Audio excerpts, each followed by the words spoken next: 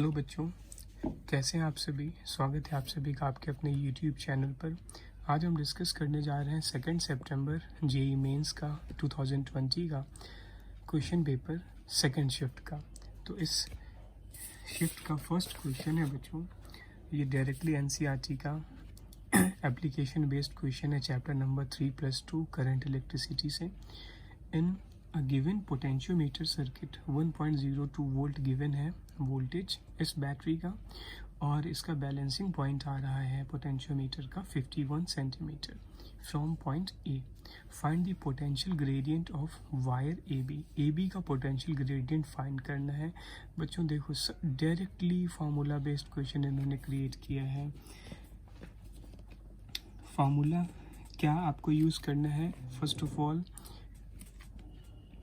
Potential gradient का formula होता है V डायरेक्टली प्रोपोर्शनल होता है L के, और V is equals to KL होता है बच्चों, और K फाइंड करना था directly potential gradient. This should be V और E/L, और आपको V की वैल्यू गिवन है 1.02 volt 1.02 volt upon length given है 51 सेंटीमीटर। इसको बच्चों सॉल्व कर लेंगे डायरेक्टली, तो हमारा डायरेक्टली आंसर इसमें आ जाएगा, विच इज़ 0.15 लमसम। देखो बच्चों, डायरेक्टली 0.02 वोल्ट पर सेंटीमीटर। आज का हमारा नेक्स्ट क्वेश्चन है सो इसका ऑप्शन आप टिक कर सकते हैं, question option number B is correct. So आज का हमारा नेक्स्ट क्वेश्चन है, this is application based question, wave optics का क्वेश्चन है ये, यंग्स डबल स्लिट एक्सपेरिमेंट का क्वेश्चन है, ये भी डायरेक्टली फार्मूला बेस्ड है। इसमें ये कह रहे हैं कि वेवलेंथ गिवन है 700 nanometre Young's double slit experiment के लिए, and total number of figures between O and P. O और पी के मिड में P1 P2 P3 जितने भी पॉइंट लेते हैं वो टोटल कितने फिगर फॉर्म हो रहे हैं? 16। When 400 nanometre is applied then total number of figure between O and P क्या होंगे? ये कह रहे हैं बच्चों कि 700 नैनोमीटर की लाइट अगर यूज़ करते हैं तो 16 फिगर ऑब्टेन होते हैं। अगर 400 नैनोमीटर की लाइट को यूज़ करते हैं तो total number of figures O and P पे कितने ऑब्टेन होंगे? सो इम्पॉर्टेंट यहाँ पे ये है कि यंग्स डबल स्लिट एक्सपेरिमेंट का जो फार्मूला था आपका y का, वो क्या था? N1 D सेपरेशन होता है, और लैम्डा 1 वेवलेंथ है अपॉन स्मॉल d क्या होता है बच्चों? 2 स्लिट्स की मिड की डिस्टेंस होती है। और सेकेंड केस में ये कह रहे हैं कि अगेन y की वैल्यू एक सेम, डिस्टेंस आपकी क्या है? y सेम है o और p, तो दोनों केस में y की वैल्यू सेम है, केवल N2 हो जाएगा यहाँ, और d सेम है डिस्टेंस, यहाँ पे वेवलेंथ लैम्डा 2 हो जाएगी, और स्मॉल d भी नहीं चेंज किया गया है, ये भी सेम है। अगर हम दोनों इक्वेशन को इक्वेट करते हैं, N1 d lambda 1 is equals to N2 d lambda 2, तो बच्चों यहाँ से N1 बाई N2 या N2 बाई N1 आप फाइंड कर लो।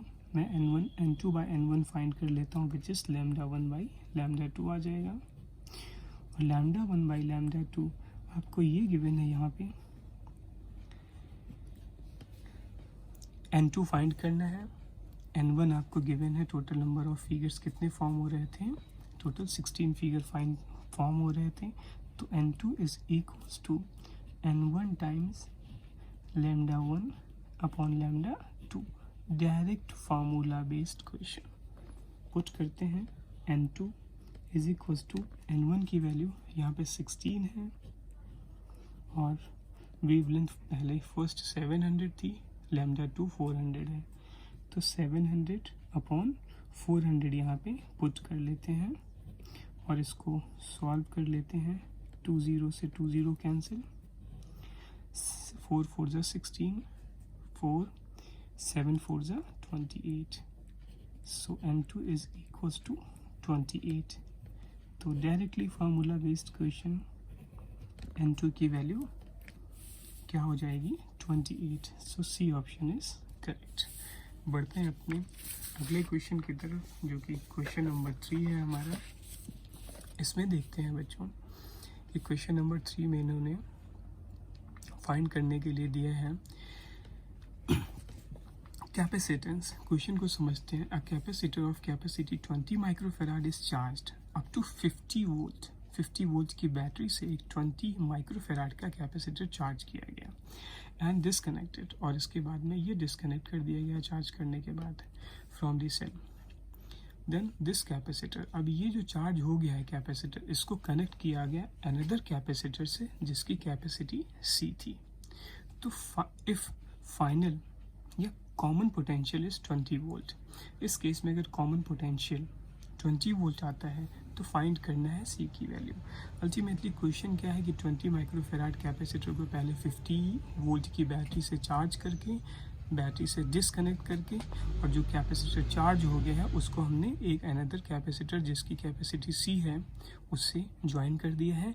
और इन दोनों के बीच में ज्वाइन करने के लिए जो पोटेंशियल है, जो फाइनल पोटेंशियल जिसको कॉमन पोटेंशियल बोल रहे हैं, वो 20 वोल्ट है. Then find the capacitance. बच्चों डायरेक्ट फार्मूला, एनसीईआरटी का डायरेक्ट फार्मूला. इस बार काफ़ी क्वेश्चन डायरेक्ट फार्मूले से क्रिएट हो रहे हैं एनसीईआरटी के. C1 V1 plus C2 V2 upon C1 plus C2, C1 plus C2.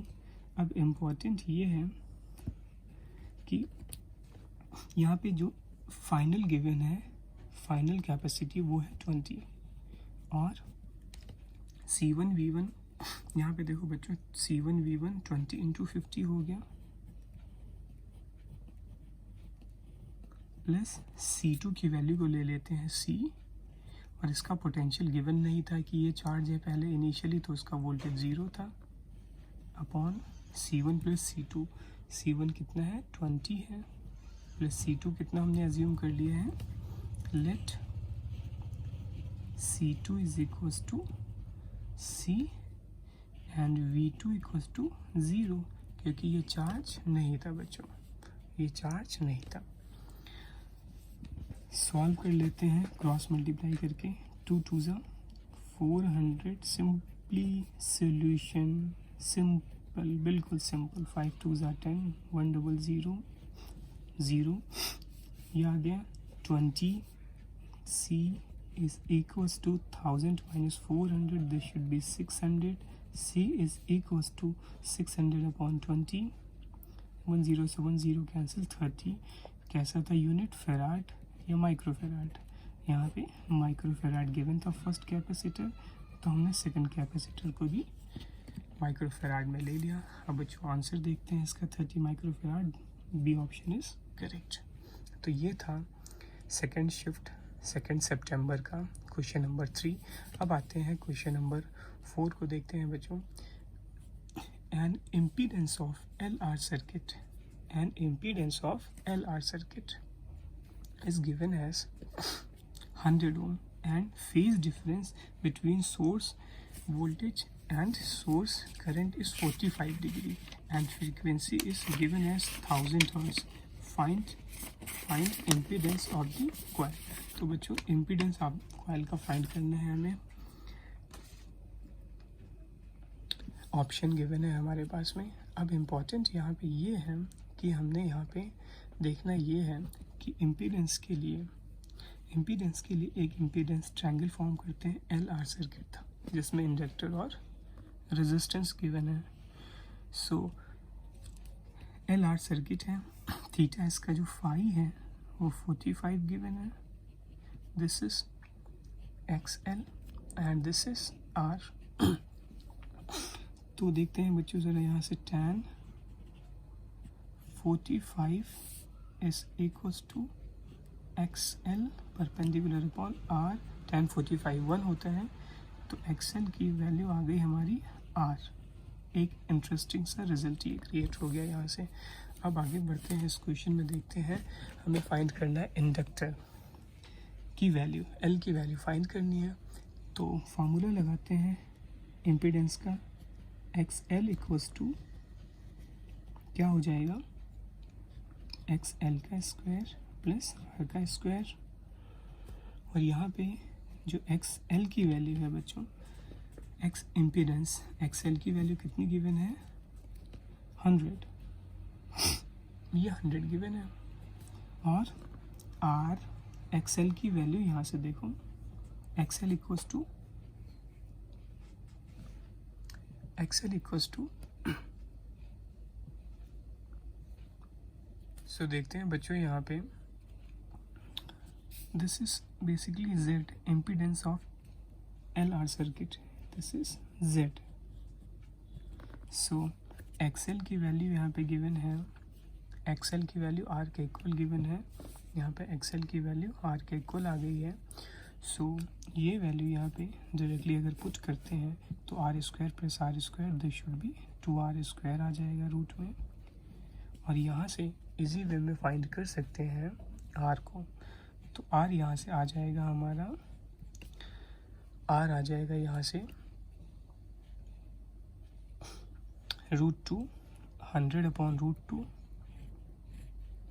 इसको रैशनलाइज कर लेंगे √2 से, तो आर की वैल्यू जो आ जाएगी वो आ जाएगी हमारी 50√2, ये आर आ गया यहाँ से। अब इसके बाद में फाइंड करना था एल, तो फॉर्मूला क्या होता है, X L equals to omega L होता है, और ओमेगा की वैल्यू होती है 2 पाई इंटू फ्रीक्वेंसी। तो एल इक्वल्स टू क्या आ जाएगा यहाँ से बच्चों, X L upon frequency, omega denominator में 2 pi into frequency. So L is equals to X L, जो भी आर की वैल्यू आई है वही हमारी एक्स एल की वैल्यू है ये। तो यहाँ पे एक्स एल की वैल्यू 50√2 हो जाएगी अपॉन 2 पाई इंटू फ्रीक्वेंसी, और फ्रीक्वेंसी आपको यहाँ पे गिवन है 1000 हर्ट्ज, फ्रीक्वेंसी आपको गिवन है यहाँ पे 1000 hertz, this is 1000 hertz frequency. इसको सॉल्व कर लेंगे सिंपली, तो एल की वैल्यू आ जाएगी यहाँ से 25√2 अपॉन पाई में ही रहने देंगे इसको एज इट इज़, बाकी 1000 को 10⁻³ करके न्यूमिनेटर में ले लेंगे, 10 से 10 कट जाएगा तो 10⁻³ ये आएगा हेनरी। आप इस कैलकुलेशन को फर्दर रफ में सॉल्व कर सकते हैं। सो ए ऑप्शन इज करेक्ट, इसका ए ऑप्शन करेक्ट है। आते हैं अपने क्वेश्चन नंबर 5 पे। तो क्वेश्चन नंबर 5 है, in this is +2 physics atom and nuclei chapter से है ये। In hydrogen atom electron jumps from n+1 state to nth state, the frequency means higher level से लोअर लेवल में आ रहे हैं। The frequency of emitted photon is directly proportional to, frequency पूछ रहे हैं ये कि प्रोपोर्शनल किसके होगी, और यहाँ पे गिवन है n is very very greater than 1, तो इट मीन्स n अगर वेरी वेरी ग्रेटर देन 1 है तो 1 कहीं पे भी आएगा, उसको निगलेक्ट कर सकते हैं, ये है। सो देखते हैं ज़रा इस क्वेश्चन को कैसे प्रोसीड करेंगे। सो इसमें फर्स्ट ऑफ ऑल गिवन है कि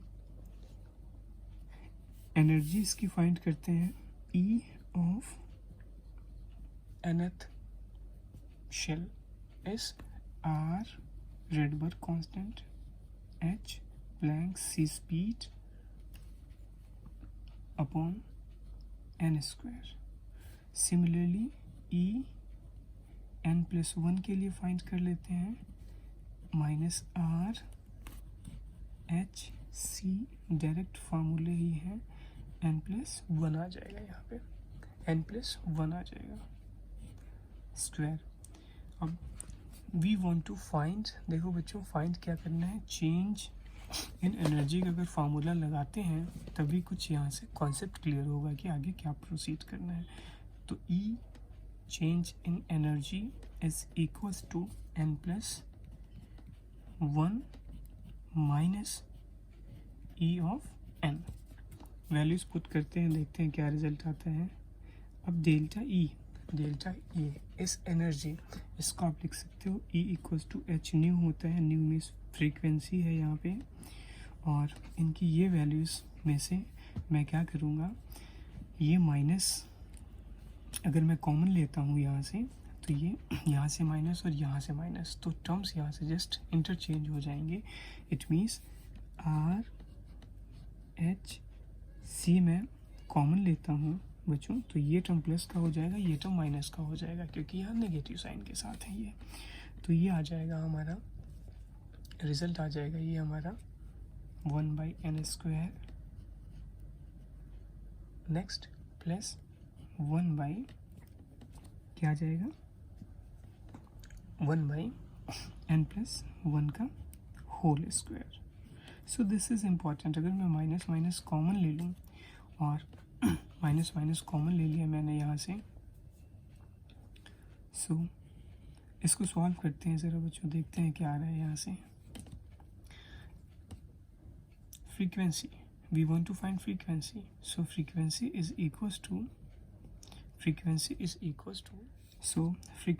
इक्वल्स टू एलसीएम लेंगे यहाँ से, h से h cancel, so here is R C, और सॉरी दिस इज माइनस हमने कॉमन ले लिया था बच्चों, दोनों का माइनस माइनस कॉमन ले लिया, अब दोनों टर्म हो गया प्लस, तो दिस माइनस दिस करना है, तो क्या आ जाएगा दिस माइनस दिस, मैंने सिंपली यहाँ से पुट कर लिया, this is a minus. So यहाँ से n+1 का whole square minus n² over cross multiply से एलसीएम ले लिया, n+1, this should be whole square. अब इसको अगर ब्रेक कर लेते हैं यहाँ से, इसको अगर यहाँ से ब्रेक कर लेते हैं, तो डायरेक्टली हमारा आंसर यहाँ से आ जाएगा। पुट करते हैं, देखते हैं ज़रा क्या आ रहा है। Frequency is equals to R C A plus B का होल स्क्वायर,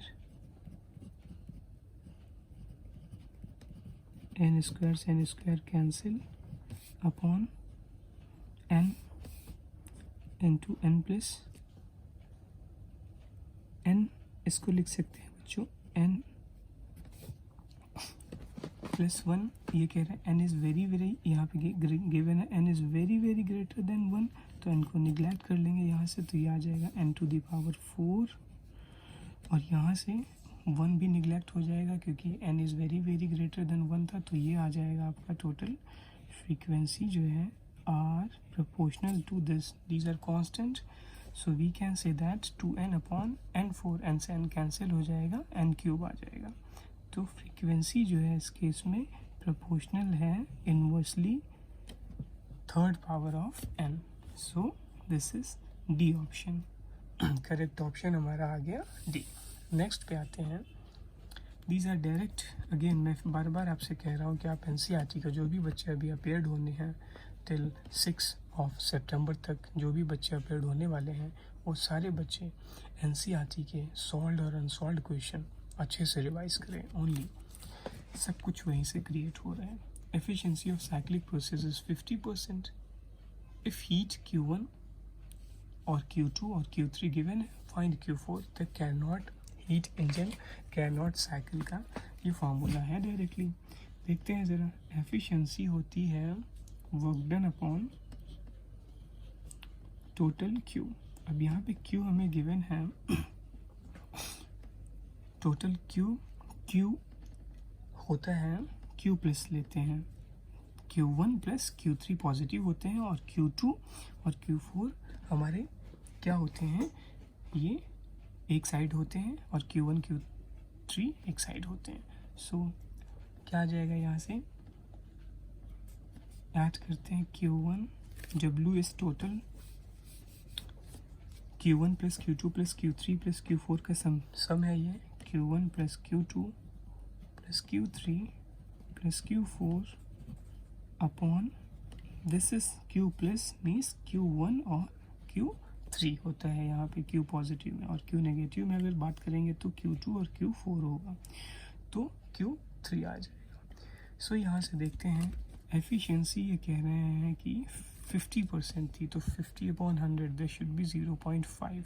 देखो direct, this is direct calculation, बिल्कुल सिंपल। अब Q1, Q2 और Q3 की ये वैल्यू यहाँ पे पुट करनी है, तो Q1 है 1915 माइनस 40 प्लस 125 और प्लस Q4 हालांकि नेगेटिव होगा Q2 और Q4, लेकिन यहाँ पे आपको अननोन होता है तो एज इट इज़ पुट करते हैं, क्योंकि वो लास्ट में माइनस अपने आप आएगा, नहीं तो आपका ऑप्शन रॉन्ग हो जाता है। फिर अपॉन, जब भी फाइंड करना हो तो प्लस में ही लेते हैं, 1915 प्लस Q1 प्लस Q3 125, तो ये cross 1915 plus 125 this should B कितना आ जाएगा 2040, और 2040 इंटू 1/2, हाफ का मतलब 1/2, कितना हो जाएगा क्रॉस करके लाइक दिस 0.4 इंटू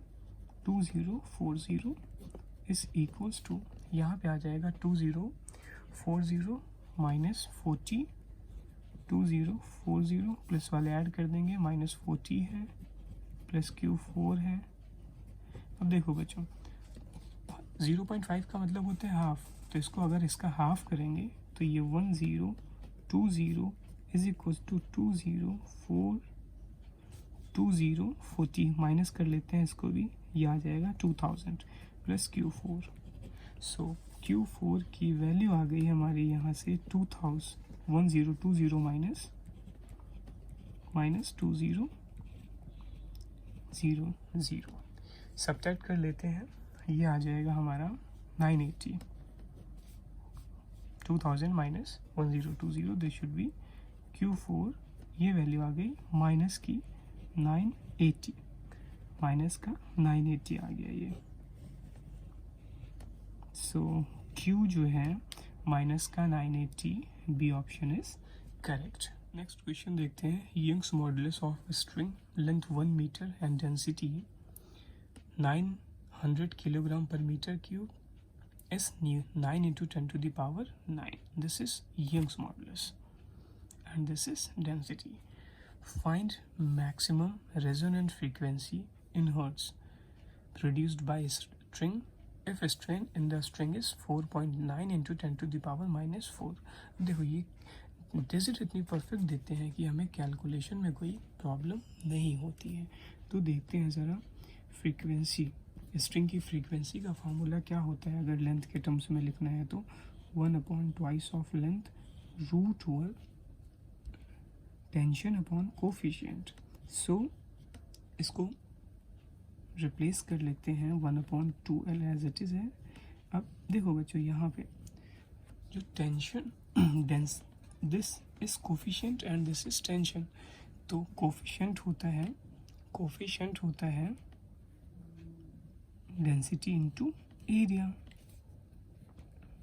अब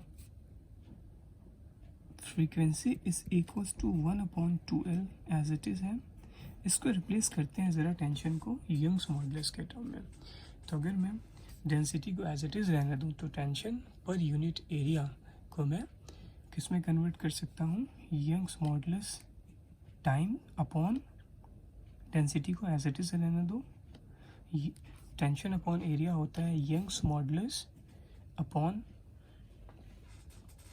original change in length upon original length, change Young's modulus upon density into change in length upon original length. This is, मैं एक बार फिर से रिपीट करता हूँ, टेंशन अपॉन एरिया को अगर रिप्लेस करते हैं तो tension upon area direct formula होता है यंग्स मॉडुलस के टर्म्स में, Young's modulus times change in length upon original length. तो मैंने टेंशन अपॉन एरिया को रिप्लेस कर दिया सिंपली यहाँ से, और रिप्लेस करने के बाद मैंने सारी वैल्यूज़ यहाँ से पुट कर दी। 1/2 इंटू स्ट्रिंग की लेंथ थी 1 मीटर, यहाँ पे L की वैल्यू आ गई 1 रूट ओवर यंग्स मॉडुलस की वैल्यू कितनी है 9 इंटू 10 to the power 9 है, इंटू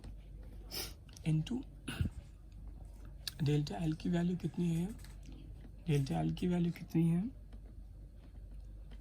डेल्टा एल की वैल्यू कितनी है बच्चों, स्ट्रेन जो है इसका 4.9, this is delta L upon L directly given है। स्ट्रेन ना, स्ट्रेन का मतलब होता है change in length upon original length, 4.9 into 10 to the power -4, और डेंसिटी गिवन थी हमारी यहाँ पे देखो 9000। अब इम्पोर्टेंट ये है कि फ्रीक्वेंसी इज इक्वल्स टू 1/2 देखो इसको 3 9 से 9 कैंसिल हो गया, 10 टू द पावर 2 हो गया, ये माइनस आ गया, 10 टू द पावर -6 हो गया, तो -6 और 10 टू द यहाँ से 10 टू द पावर 9 और -6 10 टू द पावर -3, 4.9 नोट करते हैं इसको, कितना आ जाएगा, और 49 लिख सकते हैं इसको, 49 into 10 to the power minus कितना आ जाएगा बच्चों, 4 आ जाएगा, 10 टू द पावर -4, रूट से बाहर करेंगे तो कितना आ जाएगा, ये 49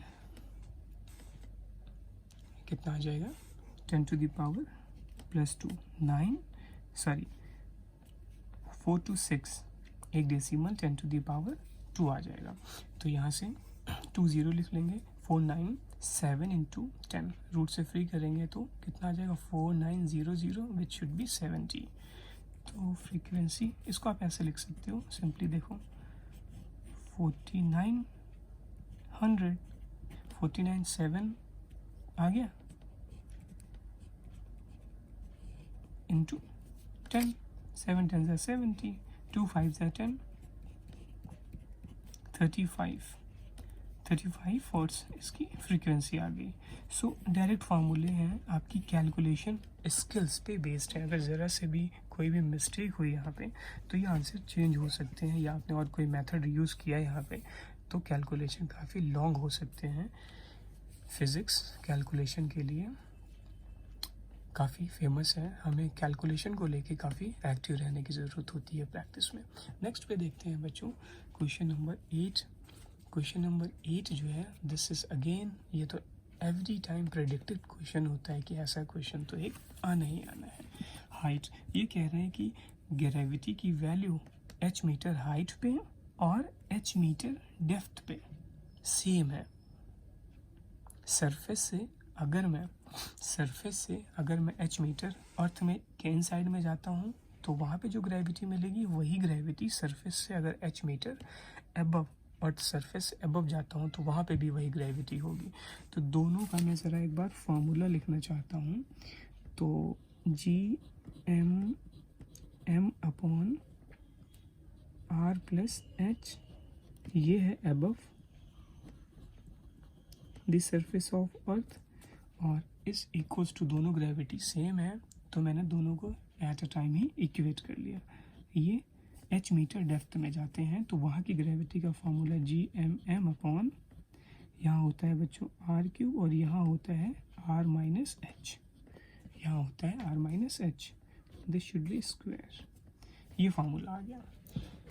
अब देखो Gmm एंड Gmm कैंसिल हो गया, क्रॉस करते हैं ज़रा, r³ is equals to r+h का होल स्क्वायर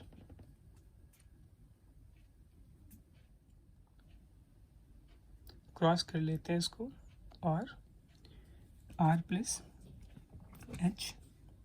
का whole square into r-h, simply इसको सॉल्व कर लेते हैं तो r³ इज इक्वल्स टू यहाँ पे a+b आ जाएगा, a² + b² + 2ab into r-h, this should B, multiply कर लेते हैं इसको, देखते हैं क्या आता है, r³ is equals to r³ r को मल्टीप्लाई कर देते हैं plus r-h² plus 2r² minus r² minus h³ minus 2r⁡h², so R cube से आर क्यूब कैंसिल हो गया, सिंप्लीफाई कर लो बाकी के टर्म्स, तो ये रिज़ल्ट यहाँ से आ जाएगा हमारा, ये रिज़ल्ट हमारा यहाँ से आ जाएगा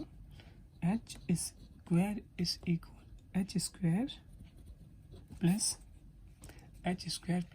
H R minus R square is equal to 0। Simply इसको सिंप्लीफाई कर लो, ये टर्म कैंसिल हो गए, ये बाकी के 3 टर्म्स रह गए, ये टर्म कैंसिल हो गया बच्चों, इन तीनों टर्म से स्मॉल एच को कॉमन ले लिया, तो ये इक्वेशन आ गई हमारी। अब इसको 10th क्लास के क्वाड्रेटिक फार्मूले मेथड से सॉल्व कर लेते हैं। X square minus a x square plus b x plus c वाला फार्मूला लगा लेते हैं। सी ये है, कैपिटल आर स्क्वायर है, तो एच की वैल्यू आ जाएगी हमारी, एच की value minus B, this should B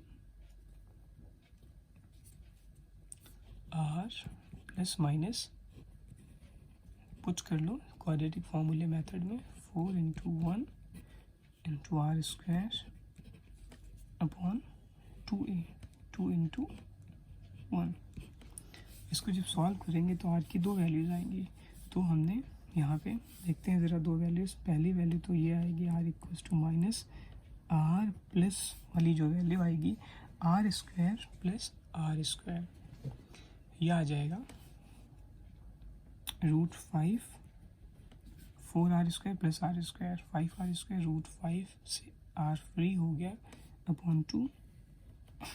तो यहाँ से कह सकते हैं कि r कॉमन आ सकते हैं, ले लिया कॉमन, फिर देखते हैं ऑप्शन, r कॉमन आ गया, √5 माइनस 1 अपॉन 2, और दूसरी वैल्यू अगर लेंगे माइनस वाली तो यहाँ पे माइनस आ जाएगा, it means minus minus common लेके बाहर माइनस आएगा, तो हमें ऑप्शन देखते रहना है कि आउटसाइड में दिया तो दोनों माइनस हो या तो माइनस कॉमन हो, ऐसा कोई ऑप्शन है नहीं, सिंपली एक ही ऑप्शन है, √5/2 इंटू आर माइनस 1।